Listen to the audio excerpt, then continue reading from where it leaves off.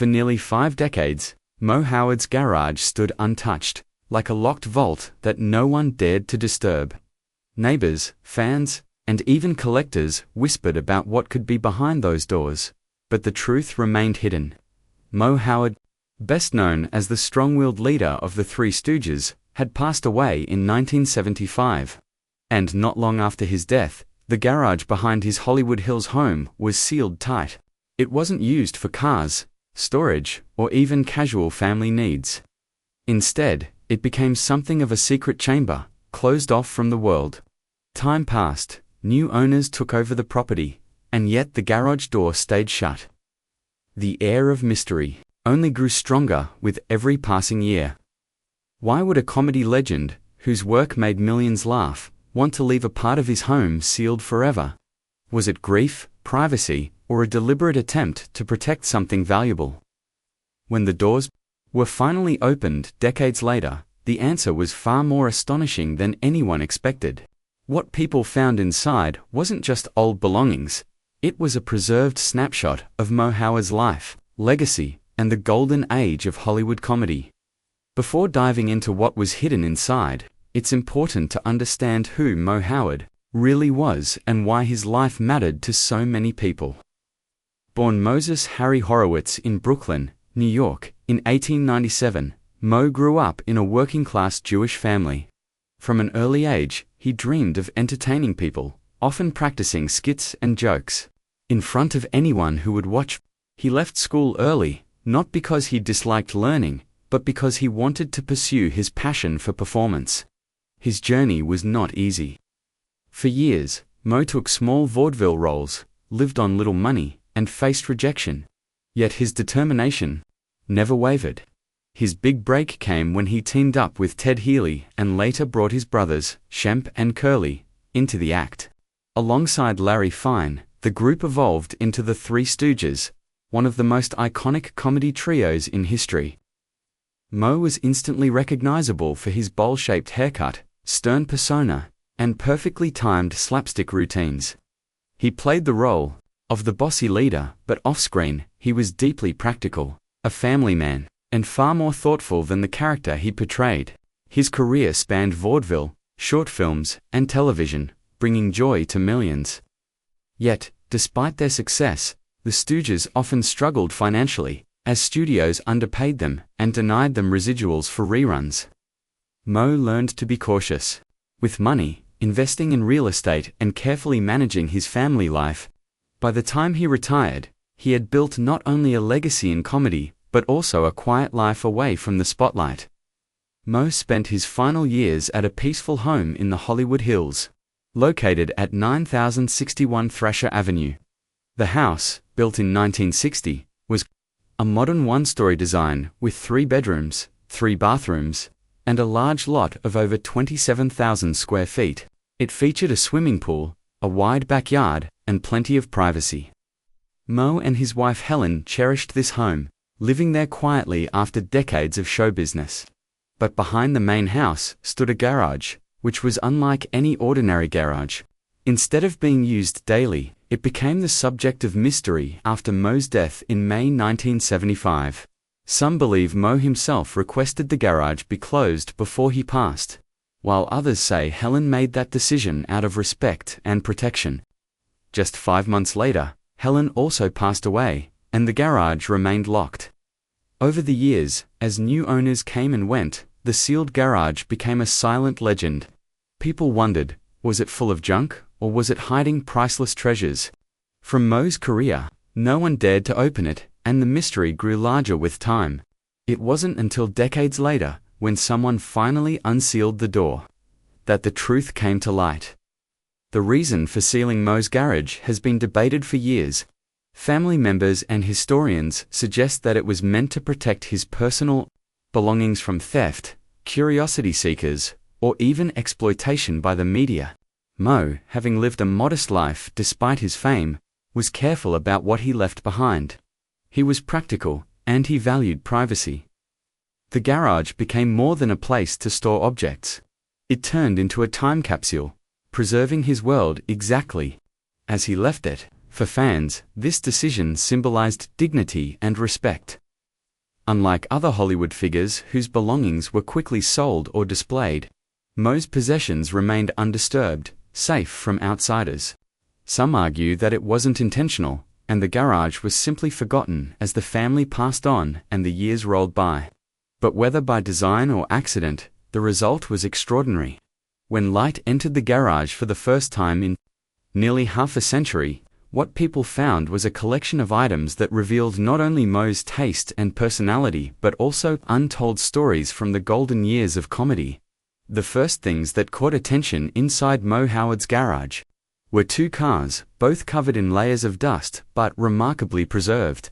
The first was a 1952 Cadillac Series 62 sedan, a symbol of luxury and elegance in its day. With its smooth design, wide seats, and chrome finishes, it reflected post-war American style. For Moe, this wasn't just a car, it was a sign of comfort and class. The second vehicle was a 1967 Cadillac Sedan DeVille, which Moe reportedly used as his everyday car. It was modern for its time, equipped with leather seating, wood accents, and power features like automatic windows and air conditioning. Unlike flashy sports cars, Moe's choice of Cadillacs showed his preference for practicality and quiet elegance. Both cars, though unused for decades, were found in remarkable condition. Thanks to the sealed and stable environment of the garage, the interiors had not faded, the leather was intact, and even the engines showed little corrosion. It was as if time had stood still. These cars told a personal story about Moe, not a man who sought extravagance, but someone who valued dependable and graceful possessions, just as he valued stability in life. Beyond the cars, the real treasures lay in the stacks of boxes and crates neatly arranged along the walls. These were not random piles of forgotten clutter, but carefully preserved storage, likely set up with intention.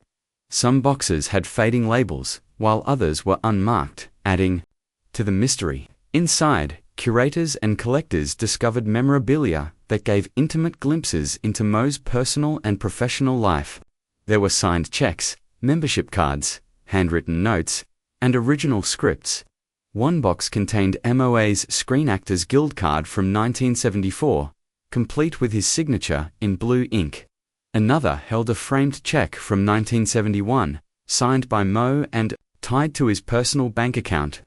There were original posters and lobby cards from classic Stooge films like Uncivil Warriors 1935 and Calling All Curs 1939, stored flat and protected from sunlight. These items were in excellent condition. Some were later sold at auctions for thousands of dollars, with one poster valued at over $30,000.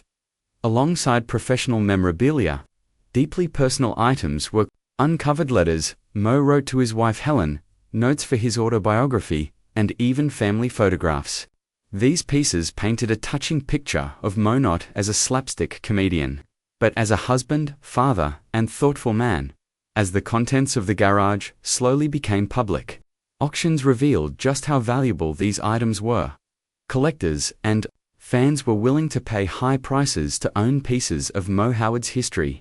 His handwritten outline for Punch Drunks, one of the most famous Stooges shorts, sold for nearly $10,000. His 1942 Columbia Pictures identification card went for over $11,000.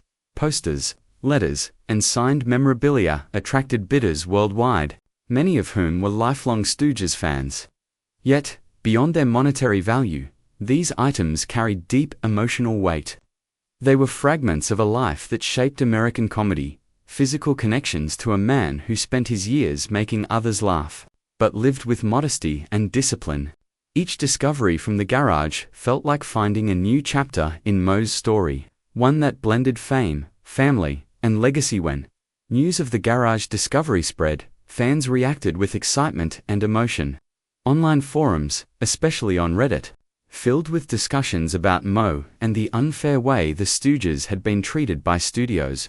Many fans expressed admiration for Moe's modest lifestyle, suggesting that the garage was less about wealth and more about protecting his dignity. Some saw it as a shrine, a hidden corner of history, preserved against time. For others, it stirred personal memories of watching the Stooges on television as children, laughing at their antics during hard times. To them, Moe wasn't just a comedian, he was part of their lives. The discovery deepened their respect for him, reminding everyone that behind the eye pokes and slapstick routines was a man who valued family, privacy, and legacy. Today, Moe Howard's influence continues through museums, fan communities, and family gatherings. The Stoogium, in Ambler, Pennsylvania, houses over 100,000 Stooges-related artifacts, including scripts, costumes, and personal items. It has become a sacred place for fans, keeping the memory of Moe and his brothers alive. In 2025, a Howard family reunion brought together descendants of Moe, Curly, and Shemp, highlighting the ongoing importance of their legacy. Moe's story is more than just slapstick comedy. It's about perseverance, resilience, and the power of laughter. The garage discovery offered one last gift, a preserved glimpse into his private world, reminding everyone that the man who brought endless joy to millions lived a life of humility and care. His sealed garage was not just storage, it was a time capsule of dignity, love, and history. Even decades after his passing, Moe Howard continues to leave people speechless, not with comedy routines this time, but with the treasures of a life, lived fully and quietly, hidden away until the world was ready to see them. When fans watched the Three Stooges, they saw endless laughter, chaos, and comedy that looked effortless. But behind the scenes, Moe Howard and his fellow Stooges lived a very different reality. Despite becoming household names, the trio never truly received the financial rewards that matched their popularity. During their years working with Columbia Pictures, the Stooges were paid a flat rate of around $7,500 per short film, split 3 ways. This left each of them with roughly $2,500 for months of hard work. At the time, this might have sounded like a decent wage, but compared to the profits their shorts generated, it was modest at best. Even worse, the Stooges received no residual payments. This meant that when their shorts were endlessly replayed on television in later decades, they earned nothing extra. Fans often assumed that Moe, Larry, and Curly lived in luxury, but the truth was that they had to manage their money carefully, and at times even struggled to make ends meet. Moe was the most financially cautious of the group. He invested in real estate, kept a close watch on expenses, and lived modestly compared to other Hollywood stars. He wasn't interested in glamorous lifestyles, expensive cars, or extravagant homes. Instead, he focused on providing stability for his wife Helen and their children. The unfair financial treatment still angers fans today, who see it as proof of how studios exploited talented performers. In many ways, the sealed garage symbolized Mo's carefulness. By preserving his possessions, he ensured that his legacy would survive, even if the studios had not given him the financial recognition he deserved. The garage wasn't just about keeping cars and boxes safe. It was about protecting the little pieces of value that he had worked so hard to build during his life. For Moe, it was a way of holding on to dignity, family history, and proof that his work mattered far beyond the paychecks. It's impossible to understand Moe Howard's legacy without recognizing the cultural influence of the Three Stooges. What began as a small vaudeville act turned into one of the most beloved comedy groups in history. Their slapstick routines, eye pokes, head slaps, pratfalls, and endless chaos were more than just silly gags. They reflected a kind of humor that cut across social classes, languages, and even generations. During the Great Depression and later World War II, the Stooges gave audiences a way to escape hardship through laughter. Families who couldn't afford expensive entertainment found joy in short films that played before feature movies in theaters. Later, when television became widespread, the Stooges gained a second life. Their shorts played endlessly on TV, introducing new generations of children to their antics. Moe's role as the stern leader gave the group its structure. Without him, the chaos of Curly or the goofiness of Larry might have felt directionless. Moe was the anchor, the authority figure who kept the comedy sharp. His bowl haircut and gruff persona became iconic symbols of slapstick humor. Even today, References to Moe and the Stooges appear in cartoons, sitcoms, and movies, proving their timelessness.